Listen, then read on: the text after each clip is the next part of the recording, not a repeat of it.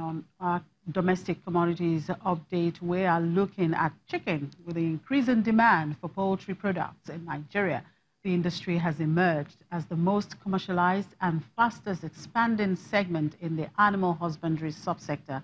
But it will seem like there's a demand and supply gap there. Joining us now to make sense out of the whole thing is one of the research analysts with financial derivatives company, Tobiloba Ogunolu. Hello, Toby. How are you today? Good afternoon. Good afternoon, Chimeze. So Nigeria consumes approximately 1.5 million tons of chicken and still produces just 30% with the ban on imported chicken. How has Nigeria bridged this demand gap? Yes, like you rightly said, Nigeria produces about just 200,000 tons of chicken and we consume about 1.5 million. There's a demand gap of about 1.3 million tons, and this is mostly bridged by importation. So we know there is a ban on importation of chicken in Nigeria, and we've seen a lot of producers still smuggle this commodity. So given the challenges in its production, we have power supply, poor power supply, we have high cost of feed, and we also have the fact that a lot of farmers still practice subsistence farming. So it is actually cheaper for producers to smuggle this commodity than to actually produce from day old to when the chicken is old enough for consumption. So this has actually been an issue. And if these challenges are addressed, then we expect a boost in production of chicken, and we also expect this to curb the smuggling of the commodity. Now, the price of chicken has remained high at about 1,200 naira per kilo. That's in January, from 1,100 naira per kilo before Christmas. This is contrary to the expectations of a fall after Christmas. What is the reason for this price movement? Okay, yes, we know that after Christmas, post-Christmas, price of commodities fall, but the price of chicken has remained relatively high, and this is because of insufficient supply of the commodity. So smuggling is still an issue in Nigeria, but the recent clampdown by the government has really affected the rate of smuggling. There has been increased patrol at the border. So this has really affected the supply of the commodity. So this coupled with the fact that the price of feed is relatively high, so this has actually actually increased the cost of operation for producers. So a lot of producers have actually resorted to smuggling this commodity, and this has really been reduced. So the fact that smuggling has been reduced, the supply of the commodity has also reduced, and thus we've seen this affect the price. So what is the outlook for the price in the near term? Okay, yes, we expect prices to still remain high, but the price is really dependent on the demand and supply.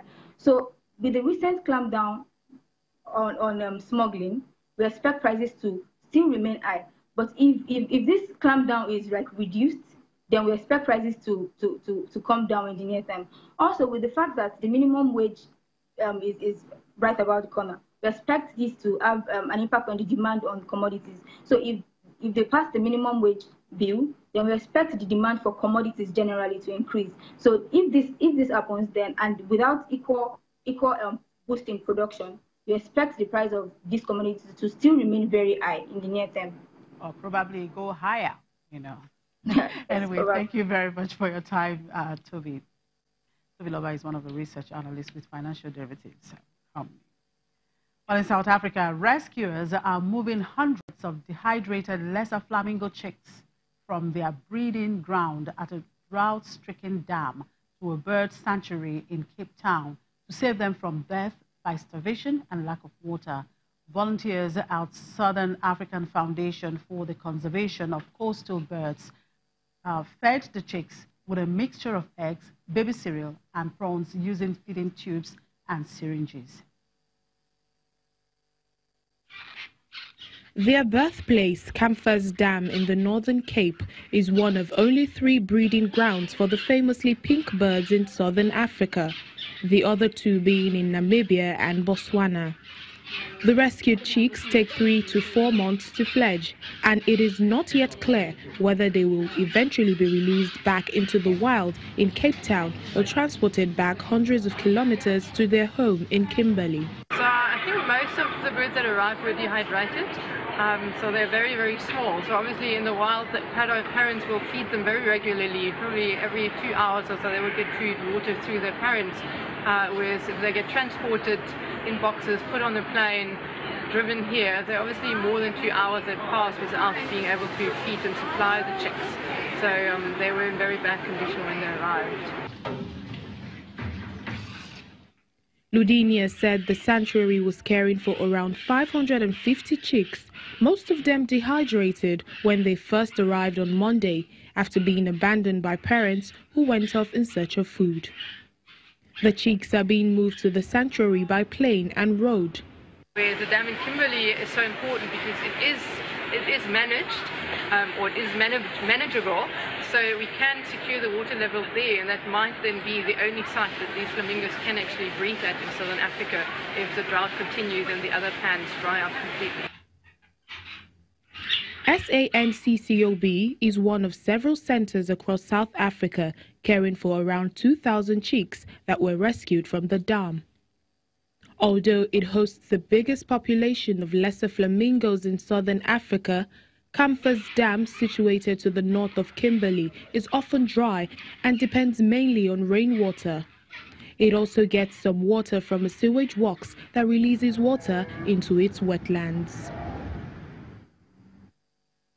Still in South Africa, the Deputy Minister of Finance and Chairman of the state-owned Public Investment Corporation, Mondli Gungwele, says he has done nothing wrong after a whistleblower made new graft allegations at the pension fund.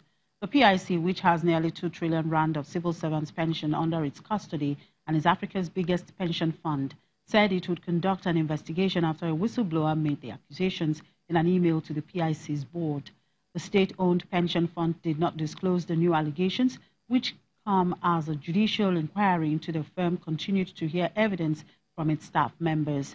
It said the PIC's acting CEO, Matt Tepo Moore, and 2 board members were implicated. Mr. Gungwele later issued a statement saying he was one of those facing allegations and welcoming the opportunity to clear his name. And that's a wrap on the show. Thank you for watching. I'm Chimezie Obi Iwagu.